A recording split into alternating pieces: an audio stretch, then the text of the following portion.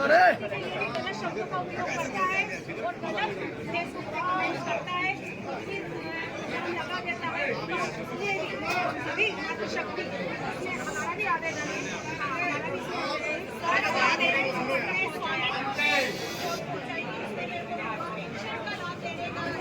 Social media के माध्यम से माननीय कलेक्टर साहब स्वयं सक्षम हैं सारी कार्रवाई करने के लिए। ऊपर की जरूरत तो पड़ेगी जब आप सक्षम न हो। प्रवृत्ति है, पर किसी भी महिला उन्होंने कई कलेक्टरों के नाम से और पूरा फेसबुक को सजाया हुआ है। तो आपसे निवेदन, इससे पहले हमारे ऋषिकर जी, आदित्य सिंह जी जो पूर्व में कलेक्टर है, उनके साथ भी अभद्र तरीके से उनने कई फोटो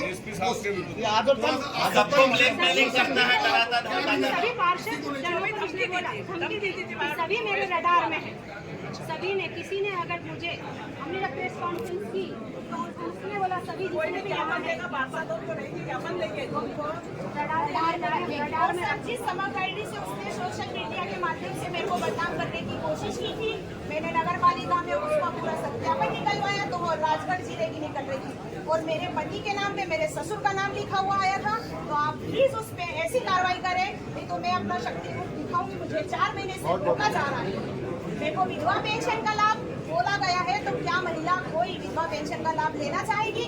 और उसने बोला था 500 रुपए ले रही है, बल्कि विधवा पेंशन 600 रुपए मिलती है और वो एक जगह से नहीं 3 जगह से सर्टिफाइड होती है। उसके बाद वो मृत्यु प्रमाण पत्र लगता है जब उसको विधवा पेंशन मिली जाती है। तो मेरा आपसे हाथ जोड़ के निवेदन कि आप उस पर सख्त कार्रवाई करें, अन्यथा मैं, मेरे वार्ड की महिलाओं ने बोला था हम आपके साथ हैं, 500 महिला हम चलेंगे, पर मैंने उनको रोक दिया था कि सत्य और आज परेशान हो सकता है, पराजित नहीं होगा। अभी तो ये शुरुआत है, अभी तो शुरुआत है, क्योंकि किसी महिला के जब आवाज उठाई जाती है, किसी गलत इल्जाम लगाया जाता है, तो हम महिलाएं सभी मिलकर इसका विरोध करेंगी और आपसे निवेदन है प्रशासन से भी और मुख्यमंत्री जी इससे बहुत इस पर कार्रवाई की जाए। क्योंकि जब महिलाएं घर से निकलती हैं तो अपना निकलती है, अपना कुछ लेके निकलती है, जब बुरी आरोप लगाए जाते हैं तो फिर वो इसको सहन नहीं कर सकती, वो प्रशासन के पास ही आएगी, मुख्यमंत्री जी के पास नहीं आएगी। तो आप हमारे बातें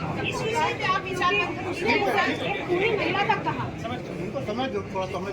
सर, बहुत सारे लोग प्रताड़ित हैं उस व्यक्ति से और आवेदन निवेदन बहुत हो गया है। आप तत्काल कार्रवाई करें, अन्यथा आप दे दनादन की बारी है। जनता सक्षम है क्योंकि सबका गुस्सा फूट पड़ा है।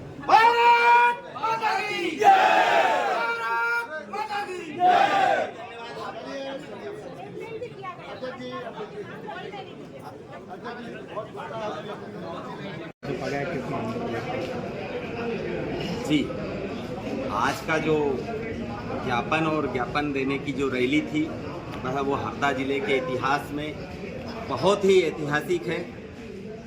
हम सब जानते हैं कि आनंद जाट और उसके गिरोह के द्वारा सोशल मीडिया के माध्यम से हरदा जिले में जो भय और आतंक का एक वातावरण बनाया गया है, जो एक षड्यंत्र पूर्वक पूरे जिले में कई लोगों को प्रताड़ित करने का काम आनंद जाट के द्वारा और उसके गिरोह के द्वारा हो रहा है, उसके खिलाफ हरदा जिले की इस भूमि से कोने कोने से सभी समाजों के प्रमुख कार्यकर्ता बंधु, सभी समाजों का प्रतिनिधित्व एवं सभी संगठनों का प्रतिनिधित्व हुआ है और सब ने मिलकर के इस भय, आतंक और प्रदूषण के खिलाफ एक आवाज उठाई है।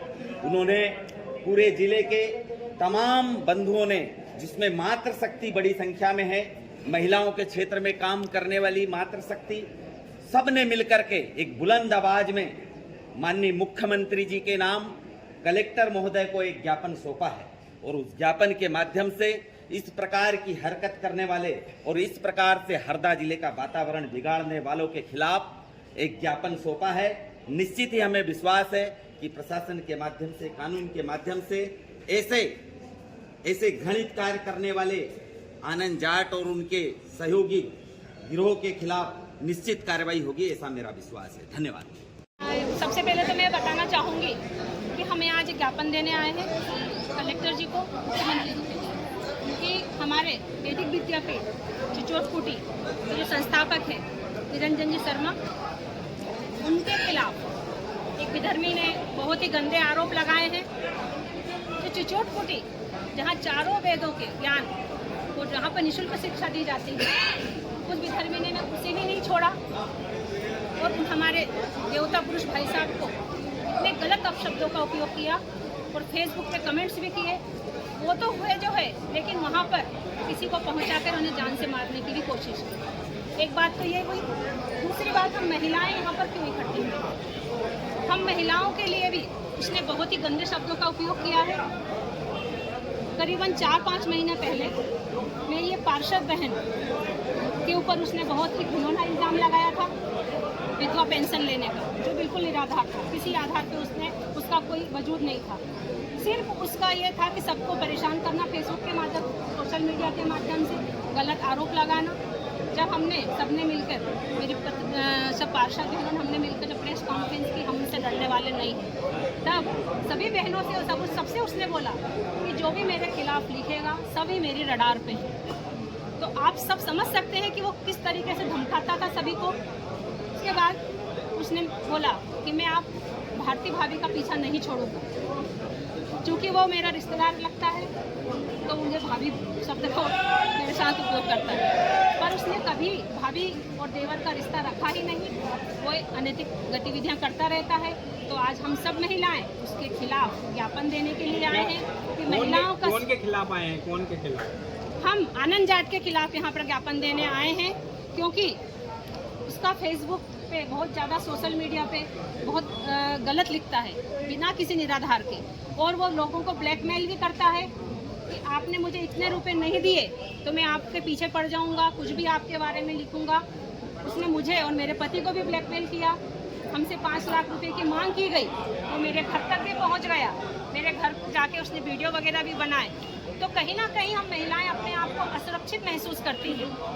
फिर आज हम सब मिलकर, सकल हिंदू समाज और सब मेरी बहनें मिलकर हम यहाँ आए और हमने यहाँ ज्ञापन दिया। तो मैं मुख्यमंत्री जी से आह्वान करना चाहती हूँ कि उसके खिलाफ कड़ी से कड़ी कार्रवाई की जाए, क्योंकि अभी तो शुरुआत है।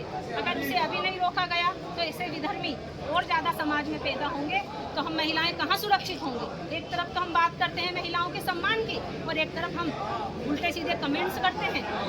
अगर उसका शुरू में ही मुँह कुचल दिया जाता तो आज वो इतना आगे नहीं बढ़ता।